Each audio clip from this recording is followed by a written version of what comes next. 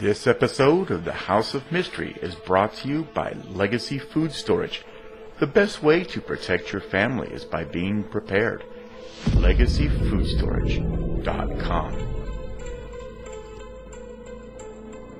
New U.S. sanctions on Iran took effect today, 6 months after President Trump pulled the U.S. out of the international nuclear deal. The sanctions target Iran's shipping, financial, and energy sectors, all key to the country's already struggling economy. The bombs, which the FBI referred to as improvised explosive devices, were sent to the FBI's bomb laboratory in Quantico, Virginia.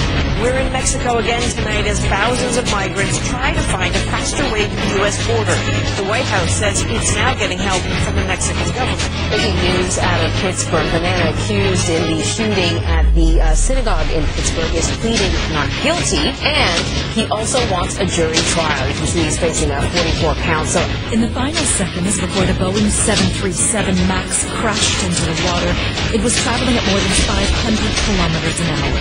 All 189 people on board were killed. You've now entered the House of Mystery. Crime, conspiracy, history, and science. With your hosts, Al Warren, Mike Brown, Julie Sav, Michael Butterfield, Dr. Joseph Usinski, and Michael Hawley. Heard on KCAA 106.5 FM Los Angeles, 102.3 FM Riverside, and 105.0 AM Palm Springs.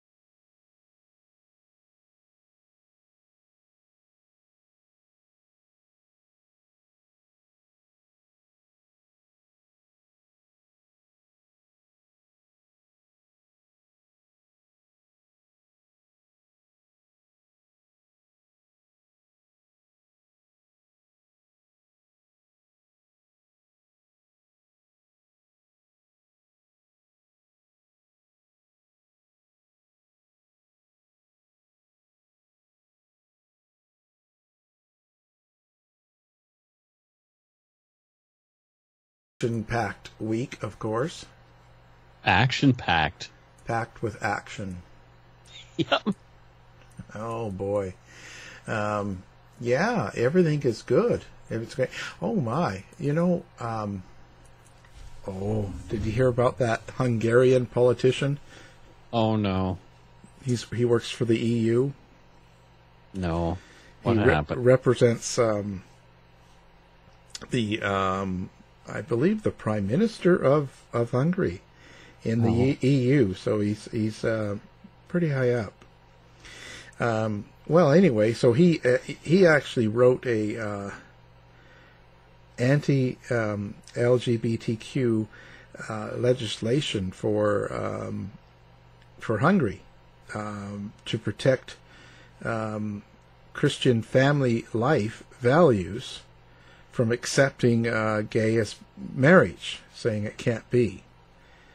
And anyway, but it got approved. So they allow gay marriage, but what they're saying is that it's kind of a lesser to a straight Christian marriage. So, you know, if you're a married Christian, you have a right to not, I guess accept or to have a gay marriage valid, right? It's not the same. It's a lower union, of some sort. But guess what happened? So he's with the European Union meeting in Belgium. Yeah. In the capital, Brussels. Yeah. And so on Tuesday, police discovered about 25 men whom were mostly naked attending a sex party above a cafe at the Grand Place in Belgium's Capital Historic Center. Yeah. And he was there. Well, whoops. And so they arrested him. He actually tried to. Actually, it's funny, when the Belgian police came in, a lot of the guys thought that these guys dressed in Belgian police uniforms were part of the show. So they started trying to unzip the zippers of the policemen. Oh, man. And so they got arrested, and he jumped out naked and hid in a gutter and was trying to escape, and someone saw him and reported him. So they arrested him, and he had he had ecstasy on him as well. Oh. So he got arrested and charged, I guess, with the drugs, and he also got charged with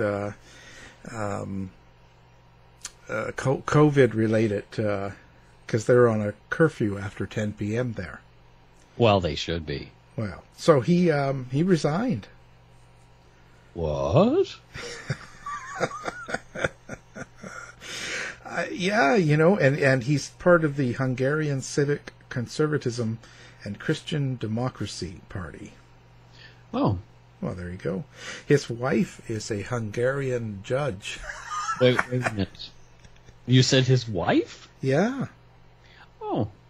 He's married. He's got a daughter and a wife. He's 59 years old, and he's big-time anti-gay Christian conservative. And and it was a daddy sex party. Oh. There you go. Well, you got to do what you got to do. Yeah. I don't begrudge anybody their pleasures. I mean, no, fine. Let's Great. go. Go Daddy have a good sex time. But what's he doing with the legislation against others? That's what I don't get. Camp? I don't get that. That's what I can't understand. You're so dead set against it. You're so upset with the way a certain part of society is, and you're trying to get laws passed against them, and yet you're doing it. Yeah. Doesn't make any sense at all. Yeah. Well, anyway, I thought that was a funny news story. I had to talk about it. Something funny for the week. And today we have Adam Stevens, and he'll be talking to us about his books, his writing, his own experiences, and how it's led to his writing, and how it's a very big part of his writing. Yeah. Very good interview. And that comes up right after the break. Looking forward to it.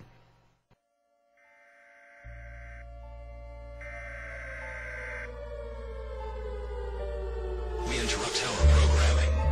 This is a national emergency. Important details will follow. Are you prepared? Legacy Food Storage. The best way to protect your family is by being prepared.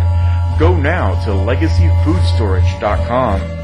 Use coupon code HOM15 now for 15% off. Quick, go!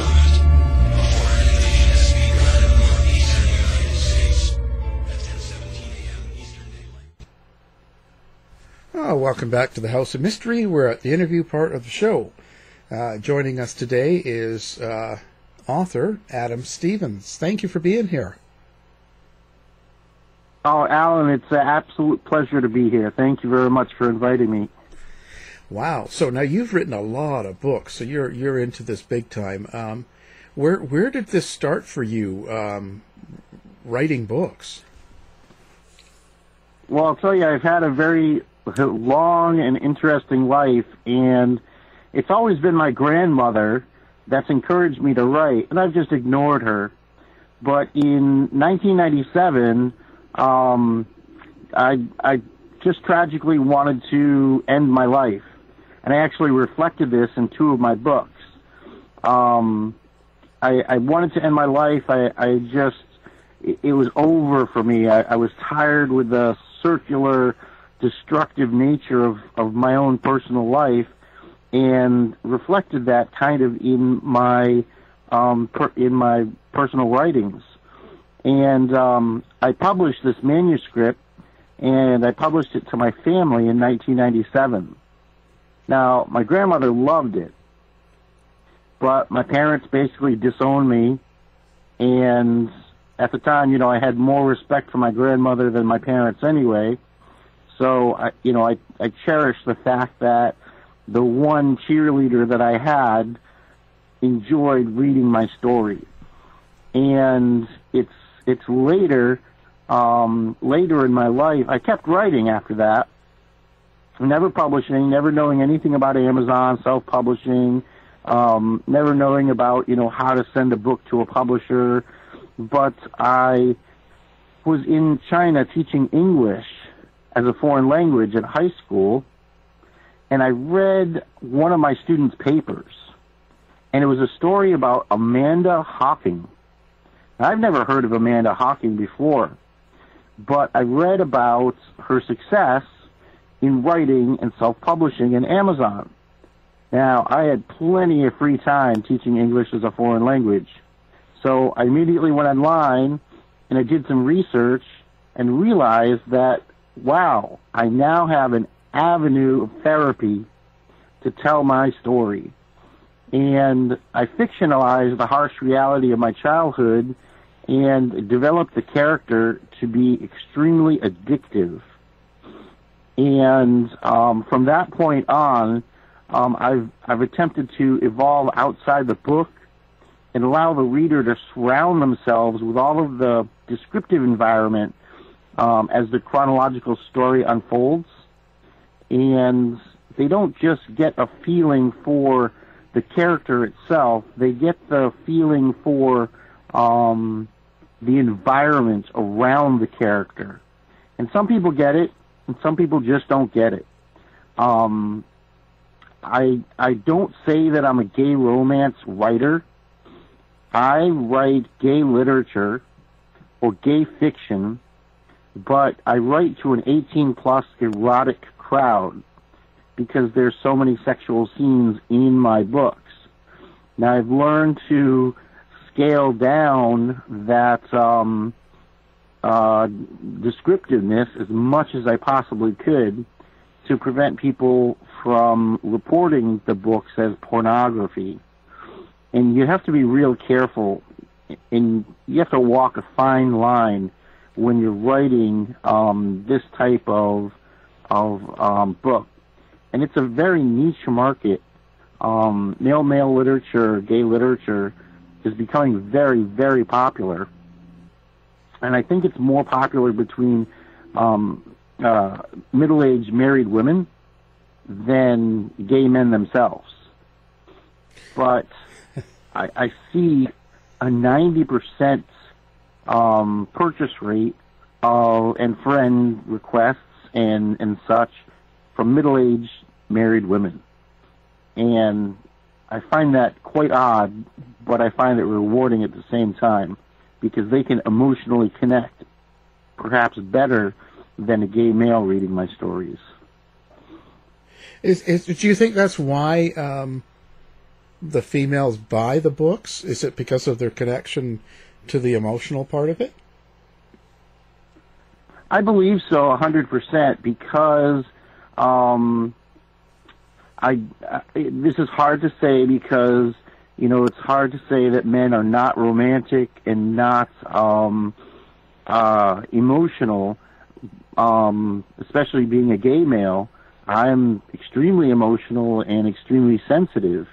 However, women, especially middle-aged married women, are looking for a bit of a fantasy, a bit of an adventure. And I created my main character to basically be able to emotionally drive these women crazy by reaching out and touching every emotion that I can possibly create in each of the stories that I've written. And like you said, I have a very large library, and it evolves, kind of chronologically from a kid that wants to, kill himself after the 6th book to, where the happily ever afters really start to hit the books. And that's where book sales kind of started to pick up, was after the 6th book. So, if you don't mind me saying, I think that when you were starting to write, you were talking. It was kind of an outlet for how you were feeling about your life and not being happy. So that must have been very emotional. That must have been very, because it's very close to who you are, your heart and all that. So do you keep that in your writing even to this day?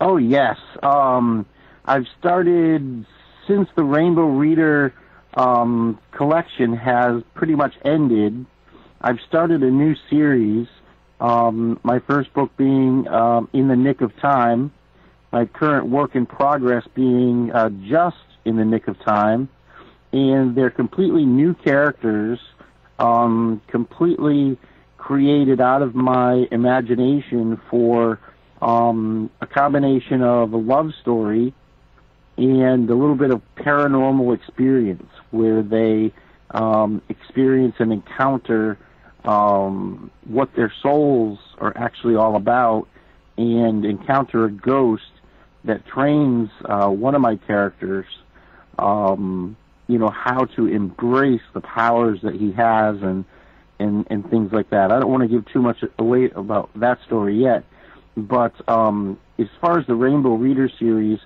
yes, a developing story has, has 15 books in it, and that can be completely intimidating to any reader.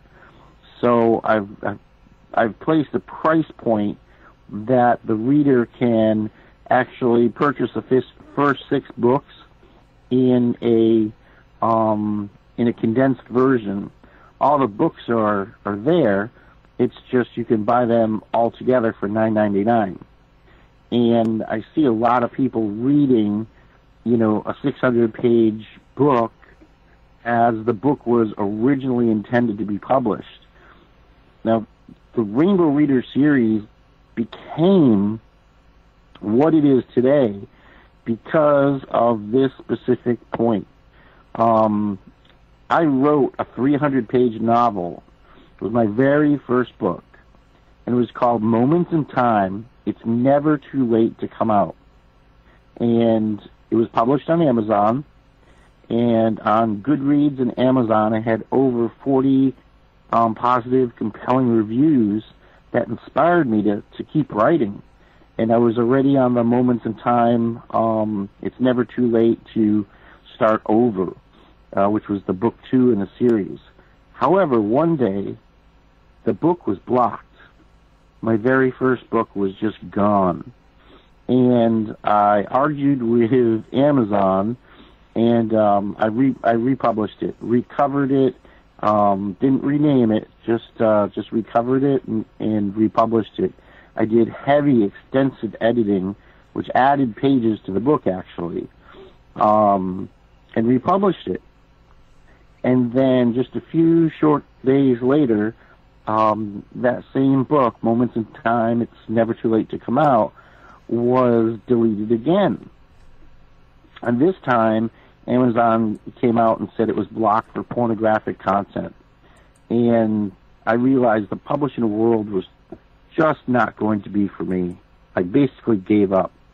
And through some encouraging words from 2 authors that I've met, Cora Knight and Anne McCann, those were 2 women that had read my book, and were blown away by my writing style.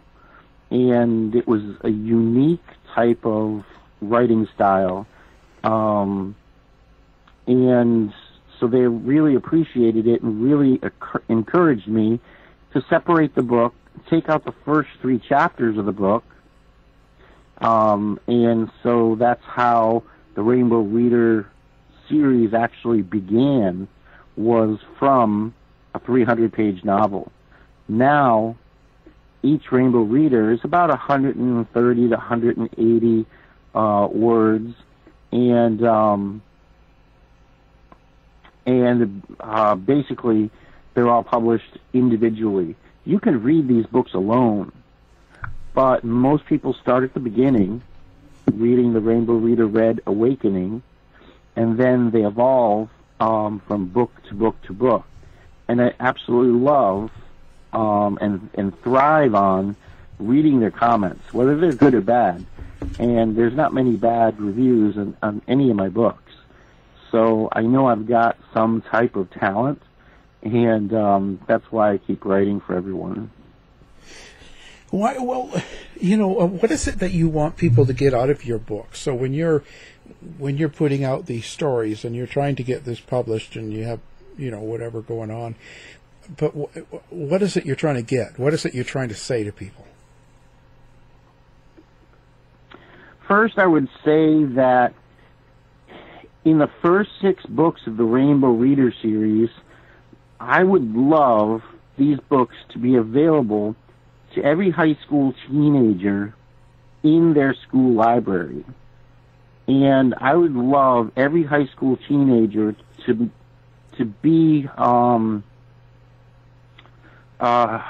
basically have these books as required reading. Now, obviously, I would have to edit these books intensively again to take out some of the more detailed sexual content, perhaps. But right now, my writing is for 18 and older people that read male or gay literature. What I'm intending each reader to get out of the books is basically, first, the emotional connection with the main character, and to be so addicted to the main character's circular destructive series, where they're so emotionally involved in the books they can't put them down. They can't wait for the next book. I've got a lot of Kindle Unlimited readers that, will read through an entire series. I'll look on my Kindle Direct Publishing reports and see that somebody's read, 3,000 words of my books, and I go to see which ones they've read, and, they started with Red and chronologically read on. I have a tagline, a phrase, that I pretty much put with any type of marketing that I do, and it's quote, read like you have never read before, unquote. And that tagline, I think, has inspired a lot of sales, because it doesn't mean read the book upside down, or, read the book in the shower, or close your eyes while you're reading the book. It just means that I have a unique writing style that will take them to places that most readers would want to be taken in a book. What do you consider your writing style then? Like, you talk about your unique writing style. How do you describe that? I would have to say 100%.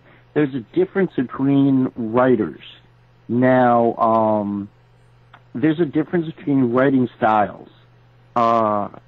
Showing somebody what's happening in a scene and telling someone what's happening in a scene are two totally different writing styles. I read a lot of books that have the general basis of telling a story, a narrative story. But I like to get descriptive in the details. I want my readers to know the smells, the sounds, the sights, and especially deep down inside what a character is thinking that he's not actually saying, but is thinking. And that really hits an emotional spark in a lot of readers, because it's something that they don't expect in a book or a writing style. And several readers and several reviews have said that I have quite a purple prose that would give J.K. Rowling a run for her money. And purple prose meaning I use a lot of alliteration. I use a lot of different literary technical terms, to each writing style. It's not something Nick said, something Tim said. I get really, really into the minds of my characters so that the reader knows what's going on. So I'm showing the reader what's going on rather than telling the reader what's going on. And I think that is what would make me stand aside as an advanced type of writer. And I didn't start this, correctly in my writing style. This has evolved over time since 1997. Since 1997, I've become college educated. I've been teaching English as a foreign language for many years, and so English is a natural thing for me. I don't stumble for words. I have a very overactive imagination. I hear voices in my head that, I could be laying down and just seconds from sleep, but I have to get up and get to the computer, because if I don't write it down, I'm totally going to forget about it. And those are the scenes that the readers really want to read. That's interesting. So your characters, where do they come from? Like, how do you create these characters? Or are they completely fictionalized, or is it from people you've met, maybe someone you've known, someone you see in a coffee shop or down the road or a shopping mall? Yeah, I'm really, really glad that you asked that question. Alan, the best way to describe it is the first 6 books of the Rainbow Reader series were loosely based on my own personal life. And that's something that a lot of readers don't know. However, once I entered into the Moments in Time novels, there's 3 novels after the first 6 Rainbow Reader books. These 3 novels also draw a little bit less on my own personal life, even though some of the events actually happened. They influence my writing and my writing style. However, the second part of the Rainbow series, which is, another 5 books, those are pretty much completely imagination. I took different opportunities throughout developing my writing style thus far, and once the novels were complete and I brought it back to the Rainbow Readers, I decided that I needed to explain who some of these characters that I've written about are, and explain how they fit in with the story. And it was magical for me because my mind would not shut down. I was constantly writing, and I had no free time. I was teaching English as a foreign language, grading papers, or writing. There was no other time in my life. And sometimes my writing took priority over my school responsibilities. In other words, I'd be waking up late, making my coffee, running to class with my coffee, and teaching, and then going off in between breaks and typing away. But my readers also inspire me. Based on their reviews of what they're looking for, that's how I would focus the next book because they had questions, they needed answers. And so characters were created that really defined what the books that had been written about so far were really all about. Sounds like a lot of your characters, a lot of it is working out some of your own details of your own life.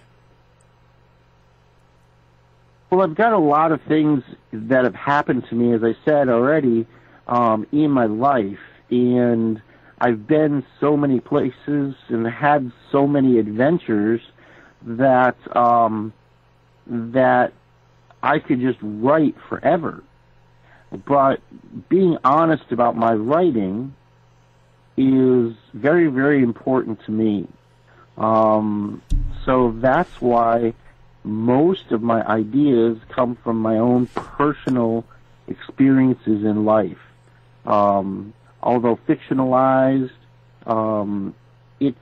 it's an outlet for sharing all of my personal innermost releases of pent-up imagination, I guess you would say.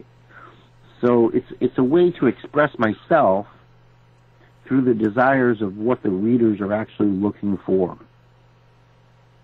So what do you think, what about your writing that gives problems with the publishing of it? Like, is it just too descriptive in the sexual encounters, or do you think it's more because it's with men? I think I've scaled back, being able to give enough descriptive writing in each book that I've written. It was only the first book that somebody obviously just didn't like, because it includes my characters' first 3 chapters of the book, the original book, which now are the 6 Rainbow Readers. One person just obviously didn't like that book and had reported it, and it was deleted the second time after editing. So what I did is I left those 3 chapters out of the Rainbow Reader Red, and I named that book. It's actually available. Some readers want to read it. It's called Pink, The Secret Manuscript. And it's not available digitally because Amazon would just, block that book. But it is available in paperback. And it's priced a little high. It's priced at $99.99. The reason why it's priced so high is that all the proceeds for the sales of the Rainbow Reader books, the first 6 books, first 6 books plus Pink, obviously, are all a fundraiser for the Homeless Youth Ranch.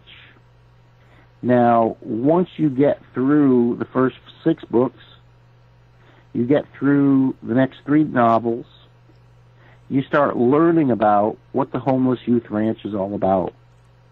And it's an actual personal dream that I have, that I believe that I was put on this earth to achieve. But in the books, starting after the 3 novels, starting with the Rainbow Reader White, it begins to talk about what the Homeless Youth Ranch is. And it basically goes into why the Homeless Youth Ranch is important, where these kids are coming from, and in 3 books, Gray, the Rainbow Reader Gray, Rainbow Reader Black, and the Rainbow Reader Brown, those 3 books articulate specifically how the Homeless Youth Ranch was formed. Now, of course, I haven't formed this yet because this is still fictional, but it shows in a fictional setting what can be done, and how the homeless youth need to be helped. And I'll just tell you a personal story that happened to me very recently, which is a point in all three of these books.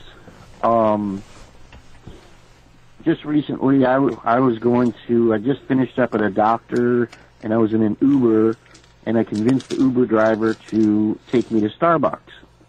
So he got onto my cell phone, and I made a mobile order to that Starbucks, and we pulled into the Starbucks right at the main door. I noticed this boy, didn't know how old he was because his knees were bent up and his arms were around his knees, and his head was, down in his lap area. So he was, hunched over in a corner. And it was cold. It was about 57 degrees outside, and he wasn't dressed for it. I saw a shopping cart. I'm starting to tear up already. I saw a shopping cart of 3 huge trash bags full of bottles and cans that I'm sure he was waiting for the recycling center to open at 10 o'clock in the morning, which was just, a few minutes away. I went inside, and I was waiting for my mobile order, and it wasn't ready yet, and all I could think about was this kid. I've got to do something for this kid. Now, if I had my own car, I'd go find him help. I'd go check him into a hotel room. I'd go do anything I could for this kid, get him, social services help if he wanted social services help. For example, he may have run away from his family because of any reason. He could have came out as being gay, and his family turned against him. And that's very common. He could have come from a foster home, and the foster, parents beat him. Any one of these reasons, I would have loved to have time to sit down and talk to him and find out why is he sitting on the street. Finally, my mobile order was ready. I looked in my wallet, and all I had was a $20 bill, and that was fine. But that was my last $20 for the entire month. And so I went outside. I tapped the boy on his shoulder.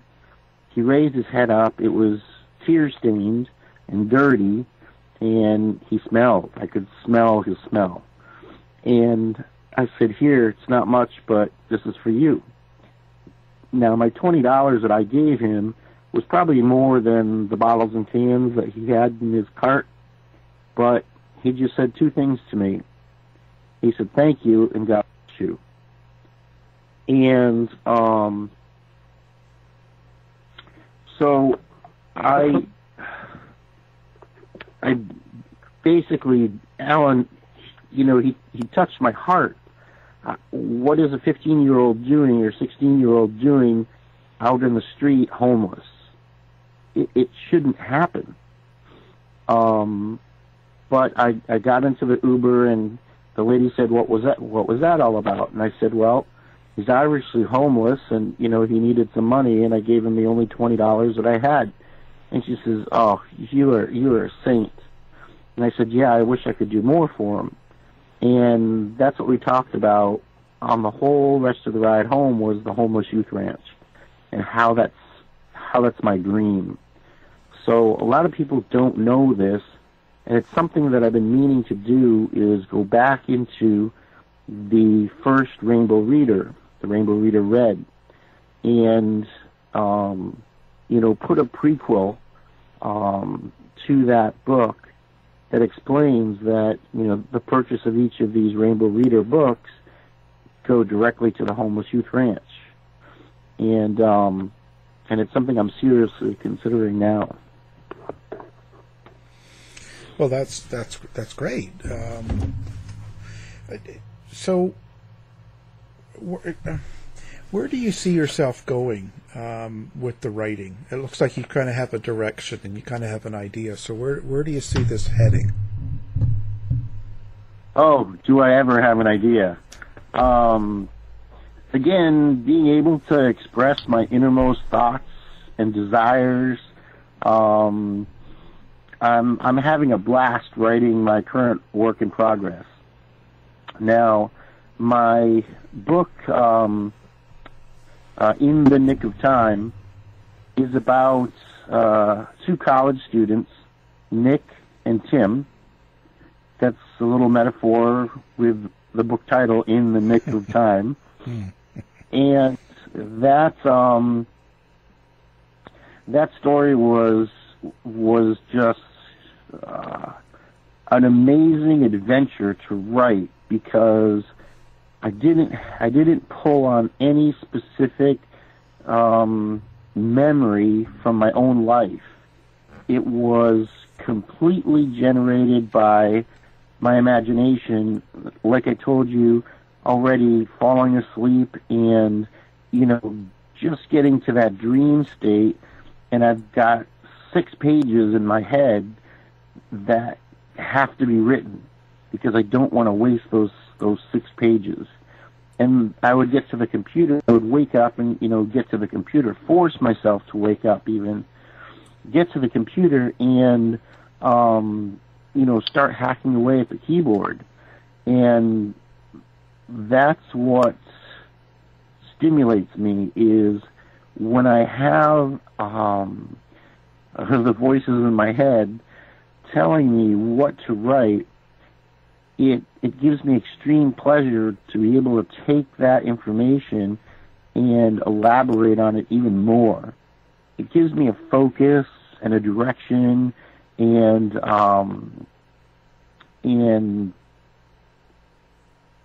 it seems like In the Nick of Time, the first book of this new series, it seems like a totally different me, because I transition each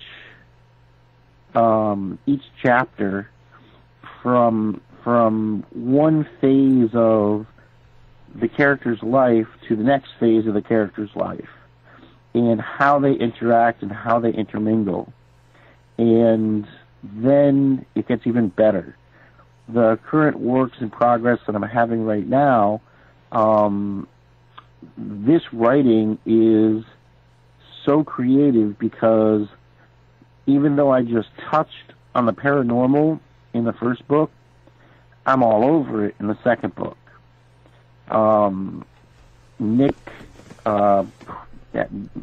after a summer of house sitting for his uncle at this big, huge old manor in the middle of nowhere, basically, Nick and Tim are back at college, and Nick isn't spending as much time as Tim needs him to spend with him. And so, I'll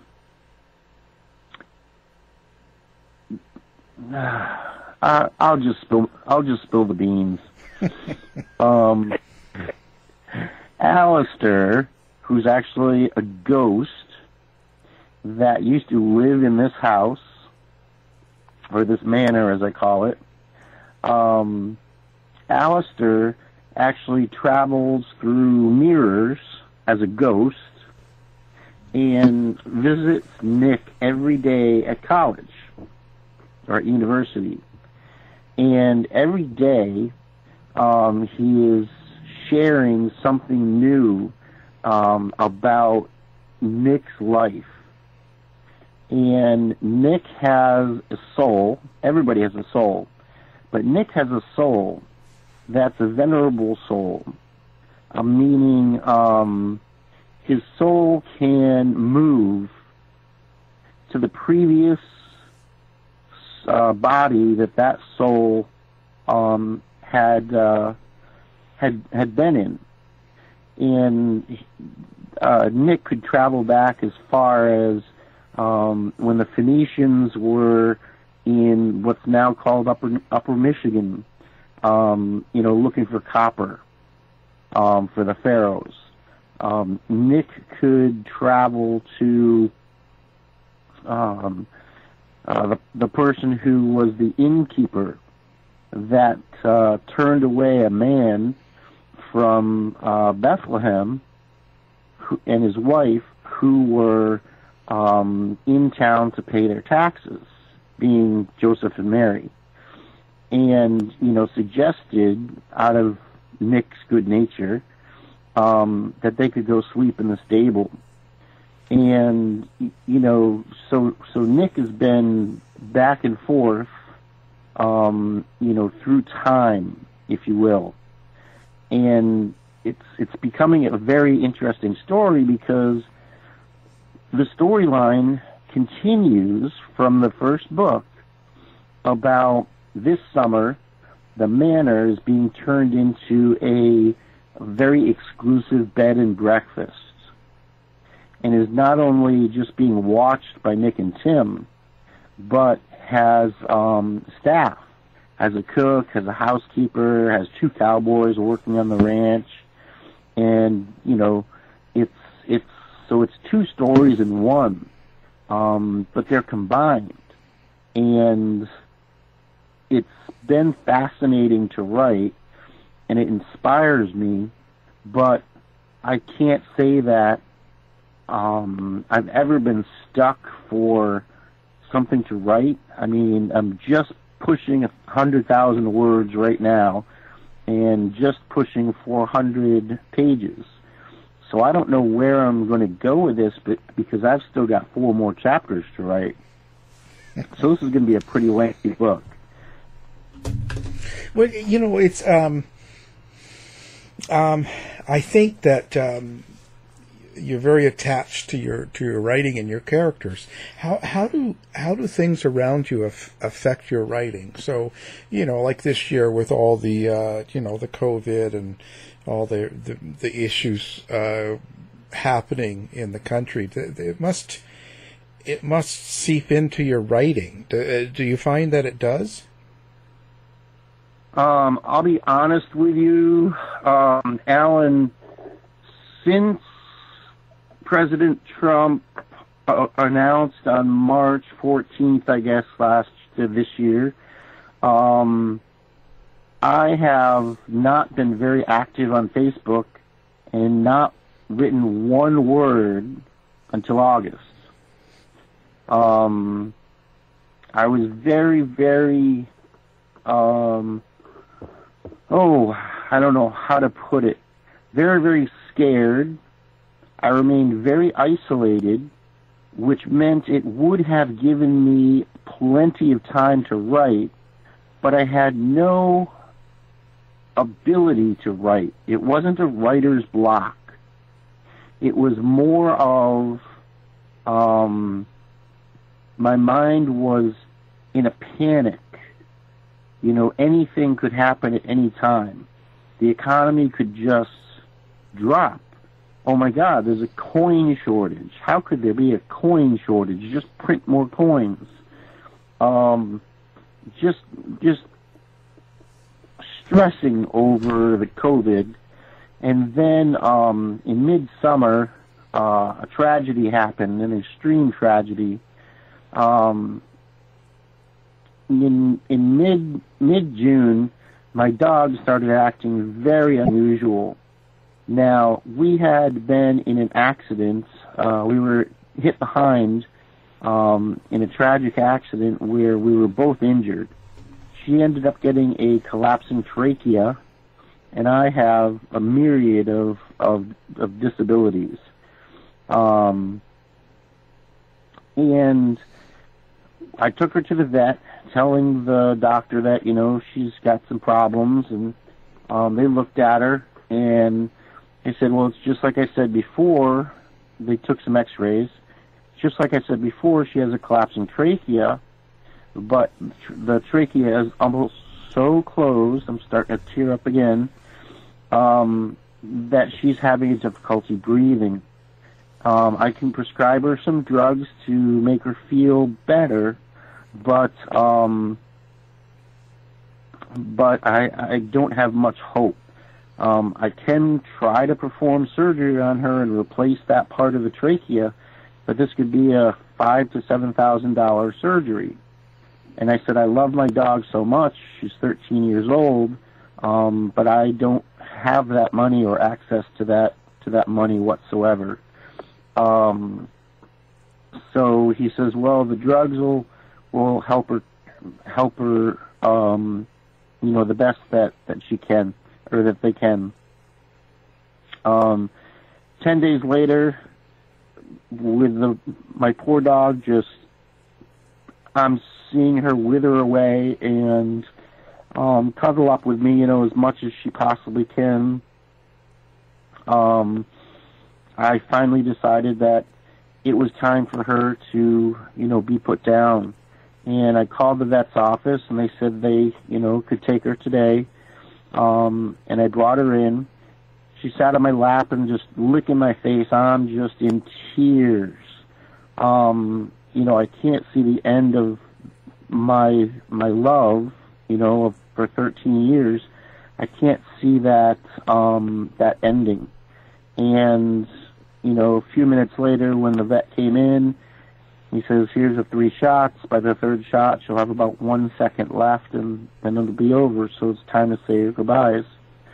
And, he said, here's shot 1, here's shot 2. You got about 1 second, here's shot 3. And I felt her last breath, from her stomach. And then that was it. She was just limp. I was holding her in my arms. And that's probably, everybody says 2020 has been the worst year of their life, but, I can relate to that. July 1st, my baby and my love died. But since then, my depression just skyrocketed. I didn't want to do anything. I didn't even want to eat. And in August, I decided that the best therapy that I could do is to start writing book 2 of this series, which is Just in the Nick of Time. It's about Justin, Nick, and Tim.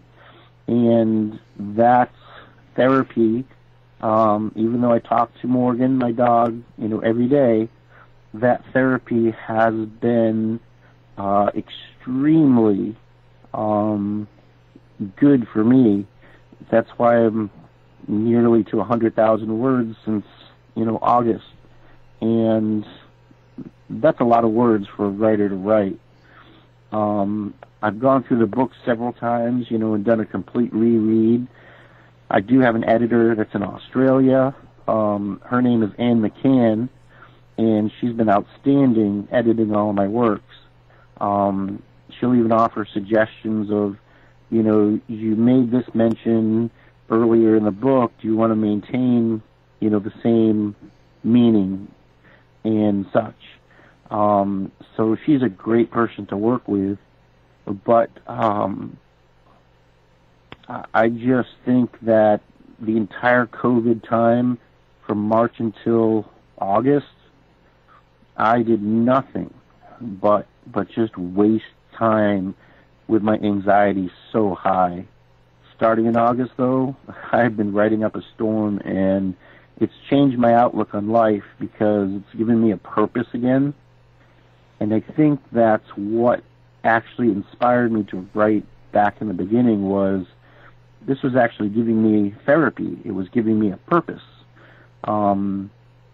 Something to do more than just day-to-day life responsibilities. It was, this is my purpose, is to write, to entertain people, and to give them a story that they can deeply, emotionally relate with. And hopefully this new series is going to be really popular. Yeah, I hope it does well. Now, do you have a website, or do you have a place that you prefer people to go if they want to find out more about you and your writing? I don't have a website. I haven't kept that up. But I do have my Amazon profile page. So basically, if you go into Amazon and search for Adam Stevens, you'll see all my Rainbow Reader books come up that say Adam Stevens on it. and you'll see my author page come up probably first. There is another Adam Stevens out there who's a race car driver. That's not me. But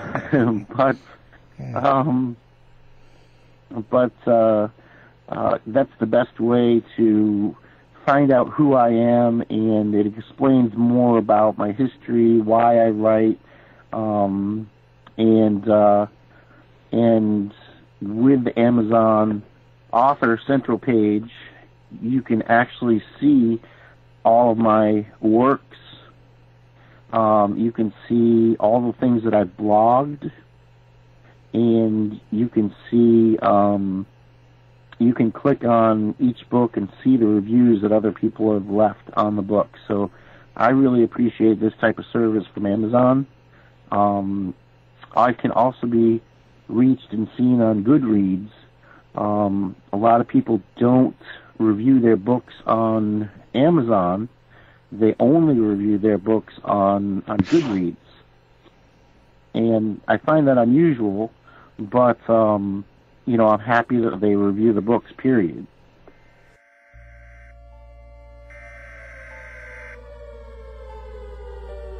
We interrupt our programming.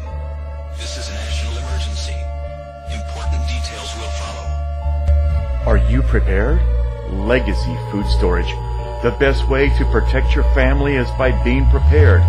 Go now to legacyfoodstorage.com. Use coupon code HOM15 now for 15% off. Quick, go!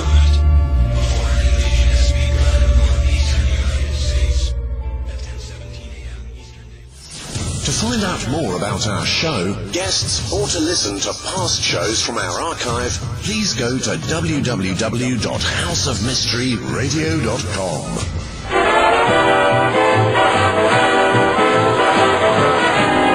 The mission has been completed. The end! By George, he's got it! It is the end! I'll see you. If you're lying to me, I'll be back. This has been a production of Something Weird Media.